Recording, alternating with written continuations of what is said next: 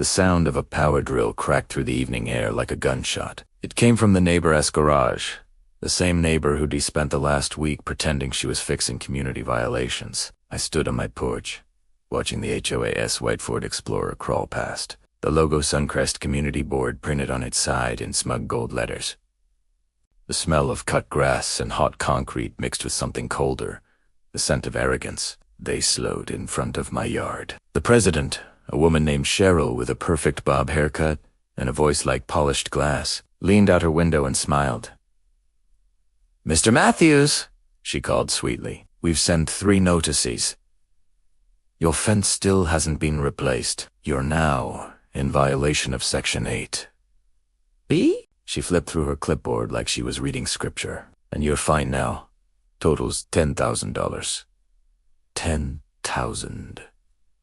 For a fence. I didn't answer. I just looked at her .com, mug of coffee in hand, watching the sunlight bounce off her aviator sunglasses. Behind her, 2 board members giggled as they snapped photos of my yard. The old cedar fence, the rose bushes my late wife had planted, the mailbox that had stood longer than most marriages. They thought they were winning. The HOA had been tightening its grip for months. New rules, bigger fines, fake smiles. They'd turned the neighborhood into a performance stage for power-hungry petty tyrants. And me. I stayed quiet. I let them talk. Let them mock. Let them laugh. Because silence is power when you know what's coming. When the first notice arrived, I had folded it neatly, made notes in the margin, and filed it under a word I'd written in thick ink. Evidence. They saw an old man with a worn fence. They didn't see the man who'd built half the homes they lived in. They didn't know that while they were quoting bylaws. I owned the land beneath their very driveways. The evening wind picked up. The streetlight flickered on, casting my shadow long across the pavement. Cheryl rolled her window up with that smirk. The kind people wear when they think they've already won. I took a slow sip of my coffee, and as their car rolled away, I whispered under my breath. But what they didn't know was who they were really messing with. I didn't always live like this. Quiet mornings, empty kitchen chairs, the soft hum of a refrigerator as the only voice in the house. There was a time when I filled silence with plans, construction, blueprints. My wife Tina used to joke that I loved drywall more than her. She wasn't wrong. When you spend 30 years building neighborhoods, you start to see land as stories waiting to be told. I started small. 1 property in my 20s, a cracked old duplex near the edge of town. I fixed it up with my own hands. Every nail, every beam. Sold it for double what I paid. That was my first taste of real power. Not the kind you show, but the kind you own quietly. Over the years, I built developments, the same kind people now bragged about living in. Suncrest Estates was one of them. The HOA that now tormented me. I'd helped design the layout before selling it off to the county 15 years ago. Back then, it was a dream project. Tree-lined streets, modern homes, family parks. Tina outside, this will be our legacy.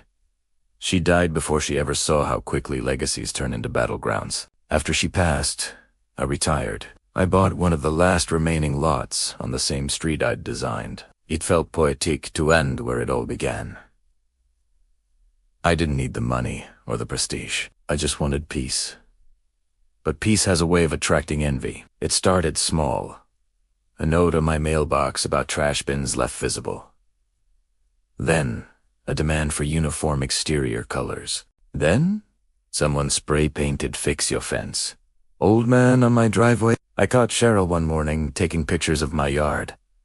She smiled when she saw me. "Just keeping things tidy for the neighborhood," she said. By then, I knew what kind of war one was in. Not a war of guns or fists, but paperwork, gossip, and pride. What kept me grounded wasn't revenge. Not yet. It was the memory of Tina planting those rose bushes by hand. Her voice in my head saying, "Don't let them take your peace."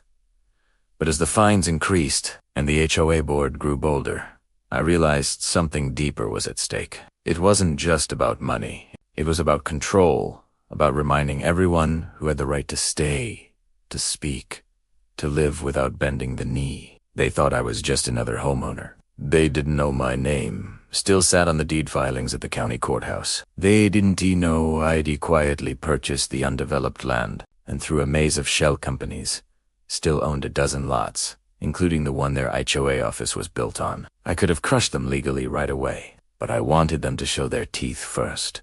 Because when people think you're powerless, they reveal who they truly are. And once I saw that the arrogance, the entitlement, I knew exactly how I'd break them. The next letter came in an envelope thicker than usual. Certified. Formal. Final notice: failure to comply will result in legal action and potential property lien. I laughed. A lien on my land? I signed for the letter, smiled at the delivery guy, and carried it inside like it was a gift. I opened my old office drawer.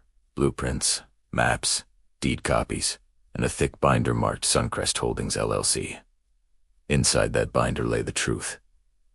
The HOA might run the meetings, but I still owned the dirt beneath their fancy sidewalks. And dirt, my friend, is power.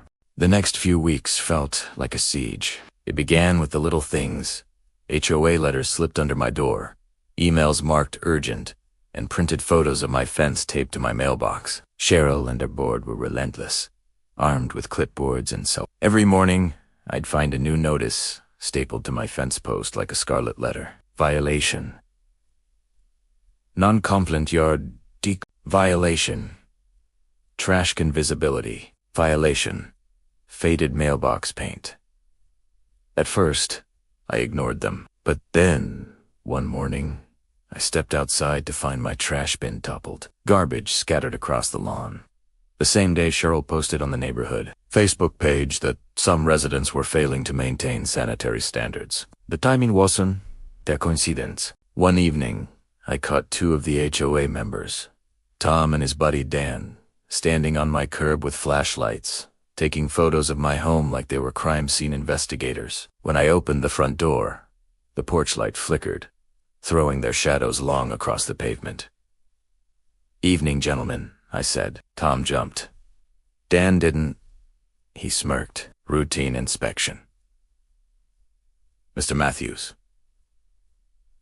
"Nothing personal." "Funny," I said, "because trespassing is personal." They left without another word, but I heard laughter as they walked away.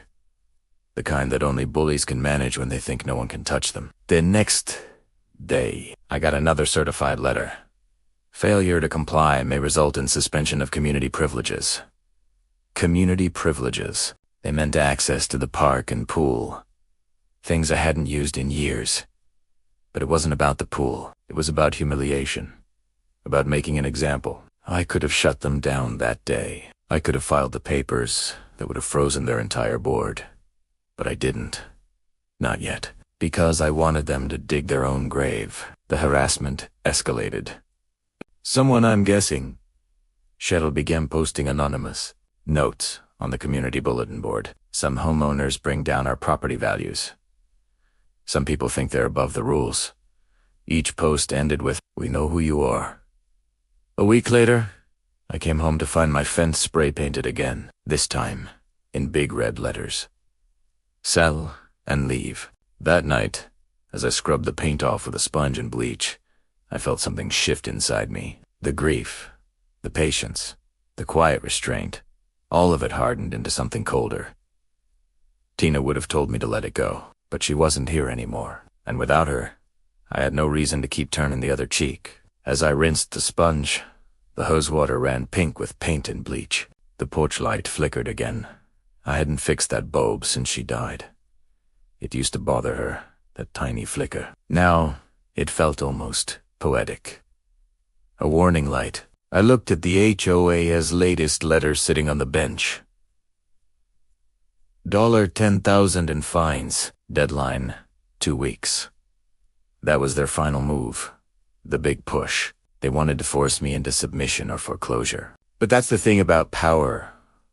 People think it comes from rules and titles. It doesn't. It comes from ownership. So I decided to remind them who actually owned this neighborhood. That night, I poured a glass of bourbon, opened my old leather folder. and spread my paperwork across the kitchen table. Deeds, maps, LLC filings. Each document told a story they didn't know. The HOAS clubhouse. Built on land leased from Suncrest Holdings, LLC.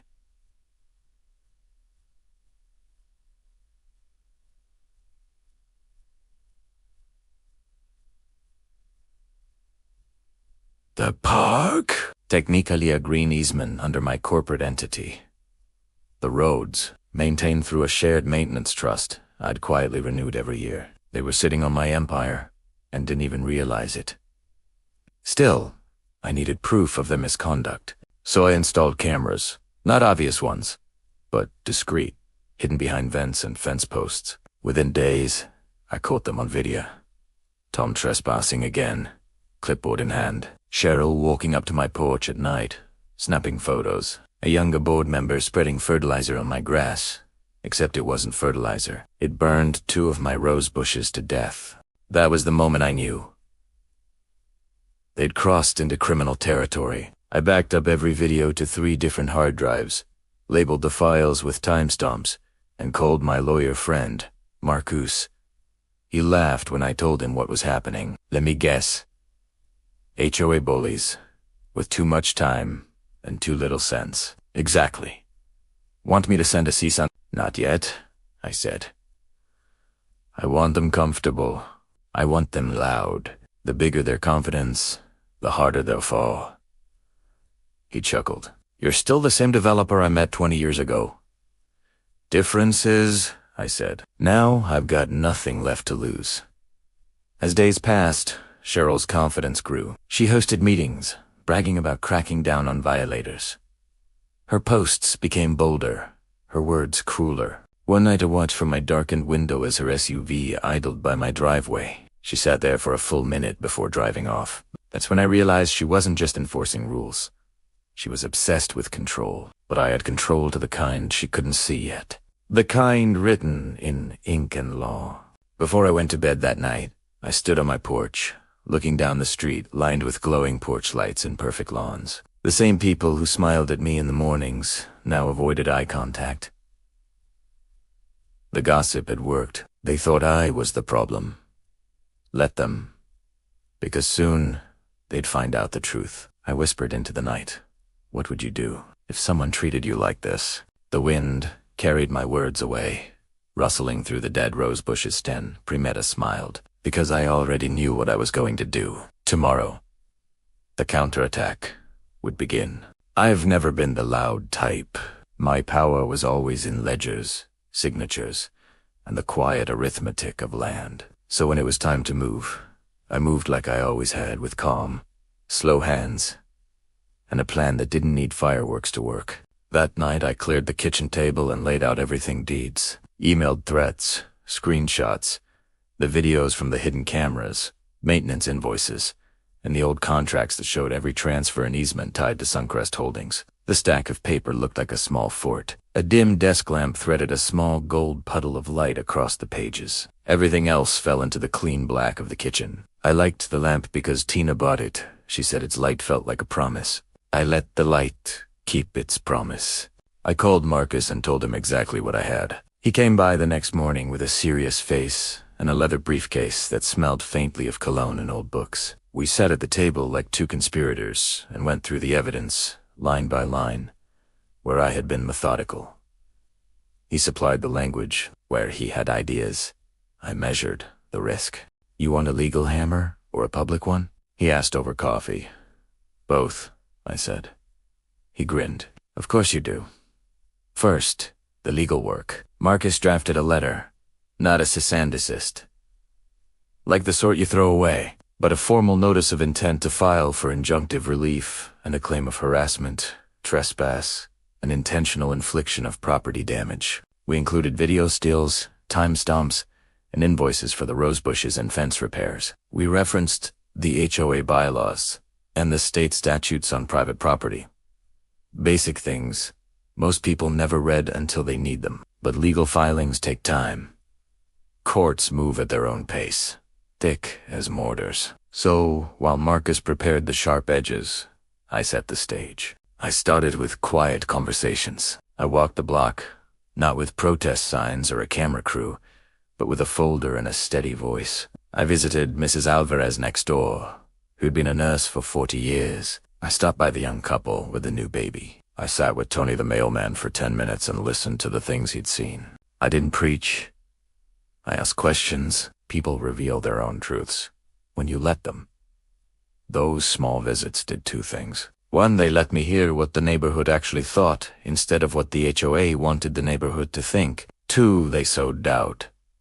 A few heads tilted when I showed a deed. A few hands paused when I mentioned the leased clubhouse land. Murmurs started in the park benches, subtle and then louder. The HOA's narrative that I was a problem began to wobble.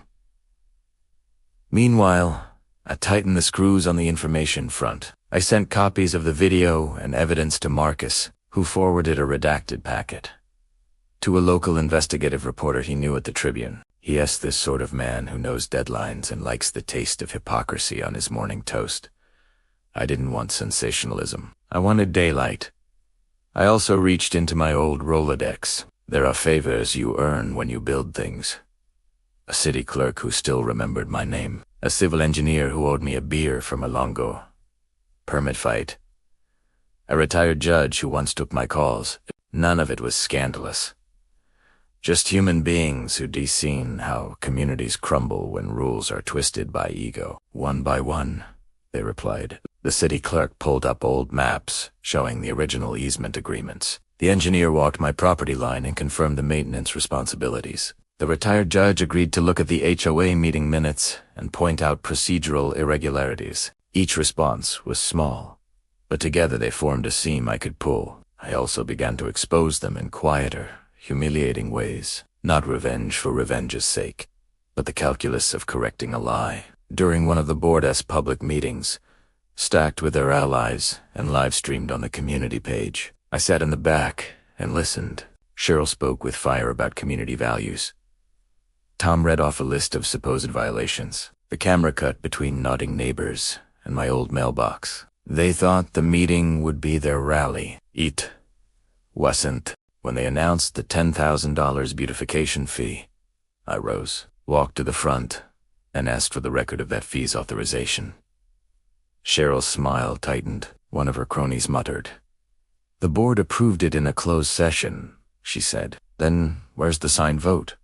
And who gave notice?" I asked. For a full minute, her manufactured confidence held. Then two things happened. Marcus, who was there under the guise of a neighbor, stood as well. He asked Cheryl to either present the signed minutes or acknowledge they violated open meeting laws. An older neighbor, the retired judge, raised his hand and requested the same. The room simmered. Voices lowered. People looked back and forth, not sure who to believe. Cheryl stumbled through an answer about memos and emails. The retired judge asked a question that made her pause. It was the first time I saw the board's control crack, and in that silence, a small applause began. Not for me, but for truth. That night, footage from the meeting showed up on the Tribune's website with the headline, "Local HOA accused of overreach. Board asked to produce minutes."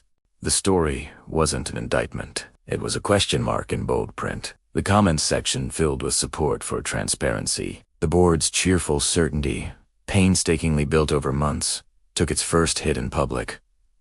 But I didn't stop there. I used the recordings from my hidden cameras to confront specific incidents. When the mailman confirmed seeing Tom trespass, Marcus issued a demand letter. When the young board member as fertilizer could be traced back to a purchase receipt with his name on it, Marcus had the documentation ready. Everything we did was surgical and unflashy. The aim was simple. Make their rules look like a facade for personal vendettas. Make the law boring, tedious law. Do the work that righteousness alone cannot. At home that night, I stacked the newly printed affidavits beside the lamp. I watched the page edges against the soft light and felt a satisfaction that was almost domestic.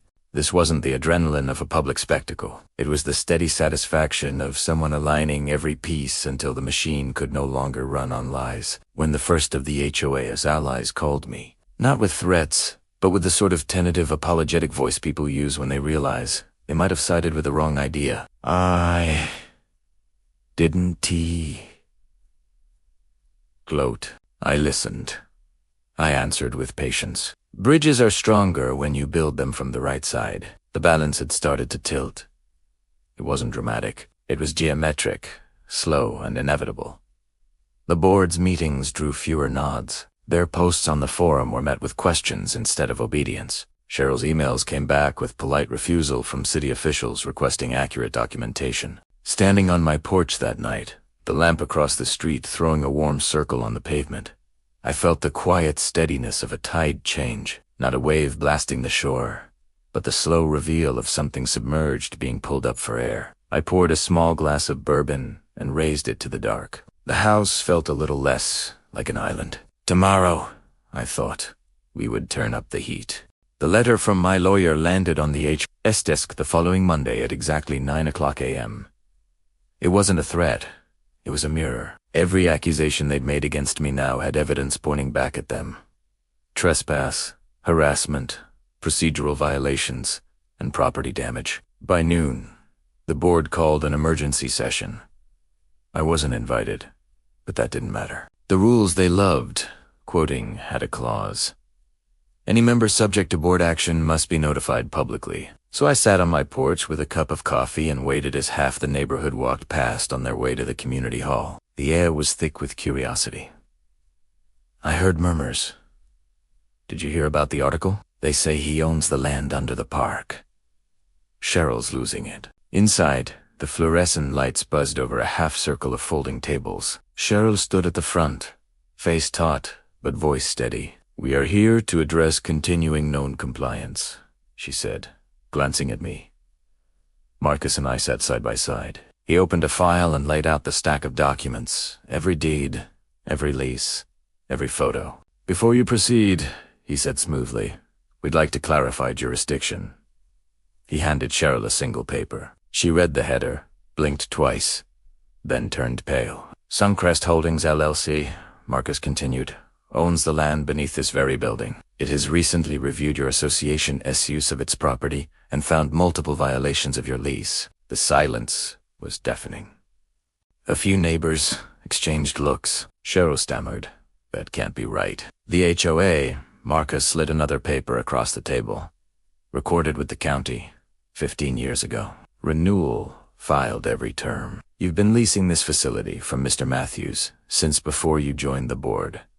The microphone on the table picked up every shuffle, every gasp. I leaned forward and spoke quietly, letting my words cut through the tension. Cheryl, for months you've fined, harassed, and humiliated me over rules you barely understand. You vandalized my property, trespassed on my land, and threatened me with liens. I held up a small flash drive. This contains video evidence, statements, and documentation. I've already submitted copies to my attorney and to the local press. Someone in the crowd whispered, "Oh my God." Cheryl's voice cracked. "You can't just die." Interrupted, steady and cold. "You've been threatening your landlord. Cheryl, you've been threatening the man who owns the ground under your office, your sidewalks, and the park you claim to protect." Marcus smiled faintly. "And as of this moment, Suncrest Holdings is terminating your lease for breach of good faith and unlawful use. Effective immediately." The board erupted. Papers flew. Tom cursed under his breath. One of the members whispered, "We didn't know." Cheryl slammed her folder shut. "You can't do this." "I already have," I said. "You'll receive formal notice from my attorney by tomorrow morning. You have 72 hours to vacate the premises." Outside, the hallway buzzed with neighbors. Some shocked, some smiling, some recording on their phones. A man I barely knew patted me on the shoulder. "About time someone stood up to them," he said. As Marcus and I stepped into the sunlight, the entire street felt different. Not brighter, clearer. The mask of control had finally cracked. But I wasn't done. The next day, the Tribune ran a full article. HOA board faces legal fallout after harassment claims. The reporter quoted my lawyer, cited property records, and mentioned the termination of the lease. By afternoon, Local TV stations were calling. Neighbors began posting online stories of their own fines, their frustrations, the things they'd been too afraid to say. Within 24 hours, half the board resigned. Cheryl tried one last move, a desperate email blast, claiming misinformation and smear tactics. She didn't know Marcus had already filed for an injunction preventing her from using HOA funds for personal defense. That night, I walked the block. The same streetlights that had once flickered above me now glowed steady. Neighbors waved, hesitant at first, then with warmth. A young couple stopped me by the curb. "You really own all this?" the man asked. I smiled. "Let's just say, I built it. I never stopped caring who it belonged to." He nodded slowly. "You saved this neighborhood." "No," I said quietly. I reminded it who built it. I looked back at my house. The roses Tina had planted, the repaired fence gleaming under the light. "This fight wasn't about the HOA anymore," I whispered. "It was about my self-respect." And for the first time in years, the night didn't feel heavy. Tomorrow would bring the fallout, and I was ready for it. The morning after the showdown, the neighborhood felt different, lighter, quieter, like someone had opened a window after a long storm. I stood on my porch, coffee steaming in my hand, watching the early light spill across the lawns. For the first time in months, there were no HOA patrols, no cars creeping by to take photos, no letters taped to my mailbox. Just the sound of birds, sprinklers, and the distant laughter of kids riding their bikes to the park. It was over, but not for them. By noon, Cheryl's world had started to collapse. The county clerk's office had already received Marcus's formal complaint, complete with timestamps, video, footage, and evidence of falsified documents. The Tribune published an update that afternoon. HOA president accused of abuse of power. Legal action pending. The photo beside the headline showed Cheryl stepping out of the community office, face pale, sunglasses, hiding eyes that suddenly didn't look so confident. That Saturday, the city council suspended the HOA's ability to collect dues until the investigation concluded. The board's bank account, which had held tens of thousands in beautification fees, was frozen. Neighbors started talking, openly this time. Mrs. Alvarez, the retired nurse, gathered signatures demanding Cheryl's resignation. The young couple down the street, who'd been fined for improper mailbox height, spoke to the local news. Tom, the same board member who had trespassed on my property, showed up at my door, hat in hand. "I didn't know the whole story," he said quietly. "I just did what Cheryl told us." I looked at him for a long moment. There was guilt there, genuine this time. "I believe you," I said. "But next time someone tells you to do something wrong, remember how this felt." He nodded and walked away, slower than he'd come. 3 days later, the HOA's office stood empty. The blinds were drawn, the parking lot vacant. A city official nailed a notice on the front door. "Lease terminated, property returned to Suncrest Holdings, LLC." Marcus was standing beside me when I saw it. "Poetic, isn't it?" he said. I smiled faintly. Most. We stood in silence for a while, listening to the hum of distant lawnmowers. The air smelled like cut grass and new beginnings. "You could reopen it," Marcus suggested. "Turn it into a community center. Maybe something in Tina's name."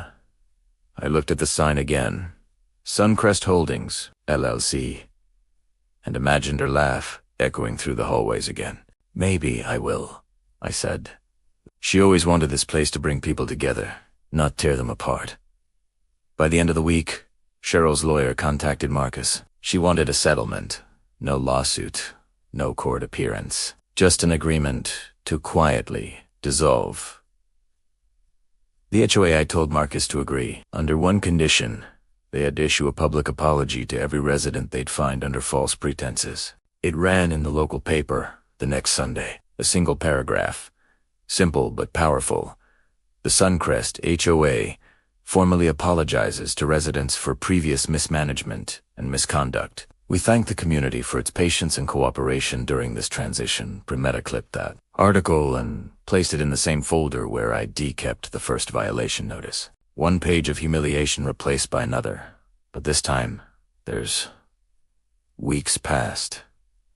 The neighborhood changed. People painted fences together, replaced mailboxes without fear of fines, planted flowers just because they wanted to. And slowly, my house felt like a home again. One evening, as the sun dipped behind the rooftops, I walked out to the garden Tina had once loved. The roses, the ones that survived the fertilizer, were blooming again. I'd replanted the dead ones with her favorite variety, white Eden roses. The wind brushed against them, carrying their scent toward the porch. The porch light flickered, the same one that had haunted me for years, then steadied into a warm, steady glow. For a moment I imagined Tina there, smiling in that quiet way she always did when she thought I wasn't looking. I raised my glass to the air. "We did it," I whispered. They finally left us alone. And in that silence, I felt her with me, not as a ghost, but as a piece I'd fought to earn. As the porch light glowed again that night, I finally felt home.